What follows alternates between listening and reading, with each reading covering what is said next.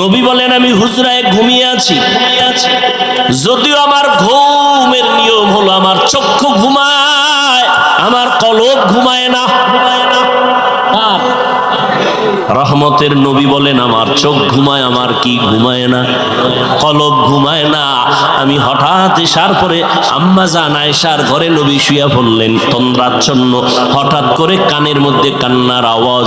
কে কান্না করে? মাথার পাশেই তো মসজিদে নববী। নবী একটু তাকায় দেখলেন একজন আল্লাহর গোলাম দাঁড়ায় নামাজে কাঁদতেছেন গভীর রাতে।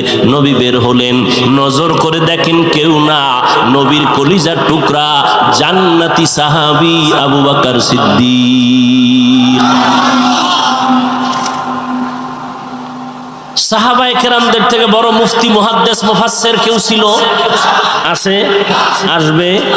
সাহাবায়ে কেরামরা যুদ্ধের ময়দানেও তারা ফার্স্ট,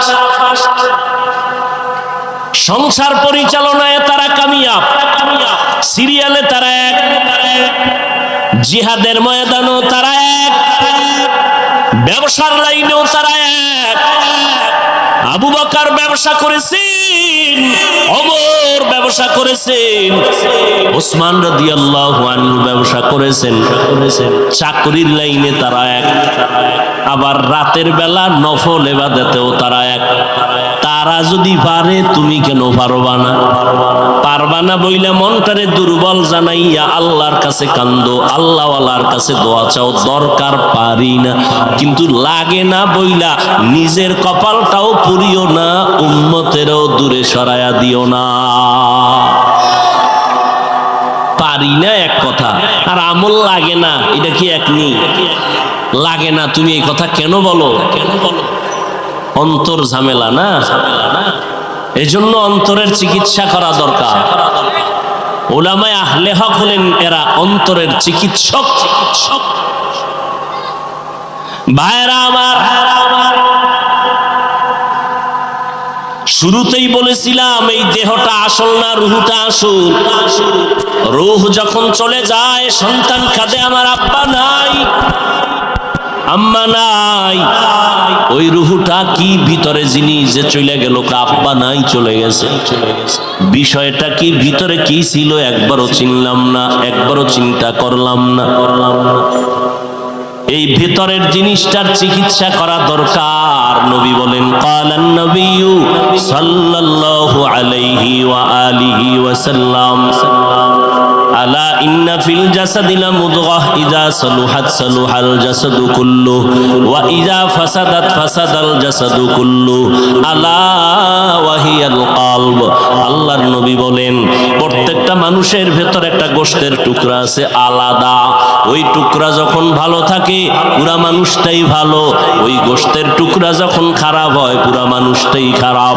আল্লাহর নবী বলেন ওই টুকরাটার নাম হলো কলব, ওই টুকরার নাম হলো কলব।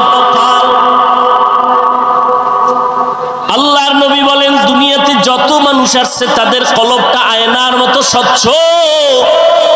قال النبي صلى الله عليه وآله وسلم ما من مولود إلا يولد على الفطرة فأبواه يهودانه أو ينصرانه أو يمجسانه إلى آخر الحديث أو كما قال النبي عليه الصلاة والسلام। নবী বলেন প্রত্যেকটা সন্তান তার ফিতরাতে ঈমানের আলো নিয়ে জন্মগ্রহণ করে, তার কলবটা পরিচ্ছন্ন ভালো। প্রত্যেকটা জিনিস নতুন অবস্থায় কি ভালো না? আপনি কাপড় কিনতে গেছেন, এখন কাপড়টা কিনার অবস্থায় কি ভালো, ব্যবহার করলে ময়লা লাগে না? লাগে না। ময়লা যেহেতু লাগবে পরিষ্কারেরও মেডিসিন আছে না নাই? আল্লাহ কলব দিছেন পবিত্র। দুনিয়াতে যখন আসছো এই পবিত্র অন্তর এখন তোমার ময়লা হয়ে যায় বলে কেমনে? নবী বলেন গুনাহ করলে কলবের মধ্যে কালো কালো দাগ পড়ে। একটা গুনাহ পড়লে একটা দাগ পড়ে, 2 গুনাহ করলে 2টা কালো দাগ পড়ে। এইভাবে কলবটা ময়লা হয়ে যায়। ময়লাওয়ালা অন্তরের চিকিৎসা নাও, মেডিসিন লাগাও। আল্লাহর দেওয়া কলবটা যদি গুনার কারণে ময়লা হয়, এই ময়লা পরিষ্কারের জন্য আগে লন্ড্রিওয়ালার কাছে যাও, ধোপাওয়ালার কাছে যাও। এই দুনিয়াতে কলবের ময়লা পরিষ্কারের ধোপা আর লন্ড্রি হলো উলামায়ে আহলে হকের সোহবত। উলামায়ে আহলে হকের কাছে যাও, গেলে লাভ কি? শুনো পয়গম্বরের কথা। ক্বালান নবী সাল্লাল্লাহু আলাইহি ওয়া আলিহি ওয়া সাল্লাম, আলাইকা বিমুজালাসাতিল উলামা ওয়াসমা কালামাল হুকামা ফাইন্নাল্লাহা তাআলা লা ইউহয়িল কলবাল মাইয়িতা বিনুরিল হিকমাহ কামা ইউহয়িল আরদাল মাইতাতা বিওয়াবিলিল মাতার আও কামা ক্বালান নবী আলাইহিস সালাতু ওয়াস সালাম। পয়গম্বর বলেন, লোকমানে হাকিম তার সন্তানের উপদেশ দিতেছেন, আমি নবীও তোমাদের সেই কথা রিপিট করে শোনাচ্ছি। ওলামায়ে কেরামদের মজলিসে বসবা, তাদের হিকমতপূর্ণ কথাগুলো শুনবা। লাভ কি হবে জানো? তাদের নজর যদি লেগে যায়, আল্লাহ মুর্দা দিল জিন্দা দিলে পরিণত করে দিবেন। সোহবতে সালে তোরা সালে কুনাত, সোহবতে তলে তোরা তলে কুনাত জমানা, সোহবতে বাউলিয়া বেহতে রসদ সালাত বেরিয়া। ওলামায়ে কেরামের মজলিসে বসলে লাভ না ক্ষতি? এমনি দি স্লোগান দিতে পারেন মাইকের সামনে দাঁড়াইয়া, সৎসঙ্গে স্বর্গবাস। এর ভরেরটা কি? তো আমরা আরবিতে কই, হাদিস দিয়া কই, এটা ভাল লাগে না। না, আপনি স্লোগান দিলেন সৎসঙ্গে স্বর্গবাস, অসৎসঙ্গে সর্বনাশ। তাহলে সৎসঙ্গ কোনটা? গাঞ্জাখোরের সাথে চলা সৎসঙ্গ, মদ পান করনেওয়ালার সাথে বন্ধু করে চলা সৎসঙ্গ না। এই দুনিয়াতে একমাত্র সৎ হলেন ওই ব্যক্তি যার জিন্দেগিতে একটা মিথ্যা কথা বলেন নাই। তিনি হলেন রহমাতুল লিল আলামিন। কেমন মায়ার নবী আমার, জিন্দেগিতে নবী একটা গালি কাউকে দেন নাই, গালি আসছে নবী একটা জবাবও দেন নাই। কেমন নবী আমার, জীবনে কোনোদিন চোখ দুইটা গরম করে কারো দিকে তাকান নাই। আর ওই নবীর আদর্শ যারা মেনে চলে, তারাই হলো পৃথিবীর শ্রেষ্ঠ সৎ মানুষ। এরা কারা? গাঞ্জা খায় এরা, দাড়ি কামানেওয়ালা তারা। কারা? একমাত্র উলামায়ে আহলে হক। কারা বলেন? একমাত্র উলামায়ে আহলে হক। ভাইরা আমার, আল্লাহ তাআলা বলেন, ফামান কানা ইয়ারজু লিকা রাব্বিহি ফালইআমাল আমালান সালিহা। হে নবী, জানায়ে দেন যারা রবের সাথে মোলাকাত করতে চায় তাদের জন্য 2টা কর্মসূচি, একটা ইতিবাচক আর একটা নেতিবাচক। একটা হলো প্রতিষেধক আর একটা হলো প্রতিরোধক। যারা রবের সাথে মোলাকাত করতে চায় তাদের কর্মসূচি 2টা, একটা করবে আর একটা ছাড়বে। করণীয় বিষয়টার নাম আমল। করণীয় বিষয়ের নাম আমল। বর্জনীয় বিষয়ের নাম শিরিক। শিরিকের উপর একটু আগে কিছু বলেছিলাম। শিরিক কাকে বলে? আল্লাহর সাথে অন্যকে অংশীদার বানানোর নাম। আল্লাহ কয়জন? খারাপ লাগে আপনাদের? আল্লাহ যে এক, কোন দিক থেকে এক বলেন? হায়াত দেওয়ার বেলায় তিনি, রিজিক দেওয়ার বেলায়। যদি কেউ মনে করে অন্য কেউ তার মতো আছে, মনে করার নাম শিরক। যারা মনে করে তাদের নাম মুশরিক। আল্লাহ বলেন, সব গুনাহ আমি চাইলেই মাফ দিব, শিরকের গুনাহ ক্ষমা। ইন্নাল্লাহা লা ইয়াগফিরু আন ইউশরাকা বিহি ওয়া ইয়াগফিরু মা দুনা যালিকা লিমান ইয়াশা ওয়া মান ইউশরিক বিল্লাহ ফাকাদ ইফতারা ইসমান আযীমা ওয়া মান ইউশরিক বিল্লাহ ফাকাদ দাল্লা দালালাম বাঈদা ওয়া মান ইউশরিক বিল্লাহ ফাকাদ ফাকাদ হারামাল্লাহু আলাইহিল জান্নাহ, যারা শিরিকের গুনাহ করবে তাদের জন্য জান্নাত আল্লাহ হারাম ঘোষণা দিলেন কোরআনে।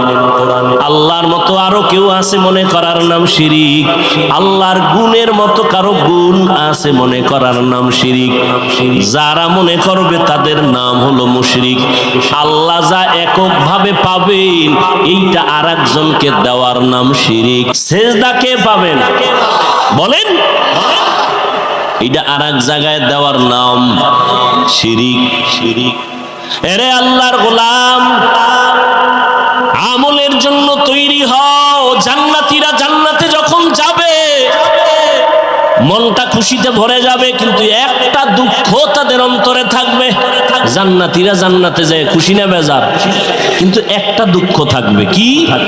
আর একটু যদি আমল বাড়াইয়া করতাম তো আর একটু ভিআইপি জান্নাত পাইতাম। কোরআন শরীফে যেখানে ঈমানের বয়ান সেখানে আমলের বয়ান।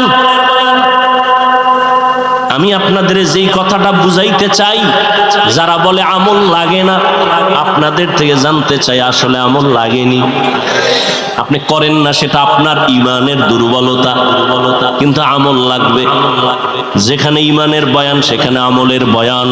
ওয়াল আসর ইন্নাল ইনসানা লাফি খুসর, সব মানুষ জাহান্নামে যাবে, চার গুণালা মানুষ জান্নাতে যাবে। ইল্লাল্লাযীনা আমানু ওয়া আমিলুস সলিহাত, ঈমান আনার পরে যারা আমলে সলেহ করবে। ওয়াত্তিনি ওয়াজ-যাইতুনি ওয়া তুরি সিনিনা ওয়া হাযাল বালাদিল আমিন লাকাদ খালাকনাল ইনসানা ফি আহসানি তাকওয়িম সুম্মা রাদাদনাহু আসফালা সাফিলিন। চার জিনিসের শপথ করে আল্লাহ বলেন, আমি মানুষকে সুন্দর করে বানাইলাম। এই মানুষ যদি সৌন্দর্যটা ধরে রাখতে না পারে জাহান্নামে যাবে। তবে তারা যাবে না, ইল্লাল্লাযীনা আমানু ওয়া আমিলুস সলিহাত ফালাহুম আজরুন গায়রু মামনুন, যারা ঈমান আনার পরে নেক আমল করবে তারা কোনোদিন জাহান্নামে যাবে না। ইন্নাল্লাযীনা আমানু ওয়া আমিলুস সলিহাত কানাত লাহুম জান্নাতুল ফিরদাউসি নুজুলা। আল্লাহ বলেন জান্নাতের মধ্যে সব থেকে দামি জান্নাত হলো জান্নাতুল ফিরদাউস। কি?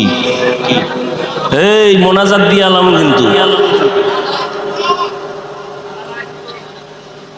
ভাইরা আমার, নবীজি বলছেন তোমরা যখন জান্নাতের দোয়া করো তখন জান্নাতুল ফেরদাউসের দোয়া কইরো।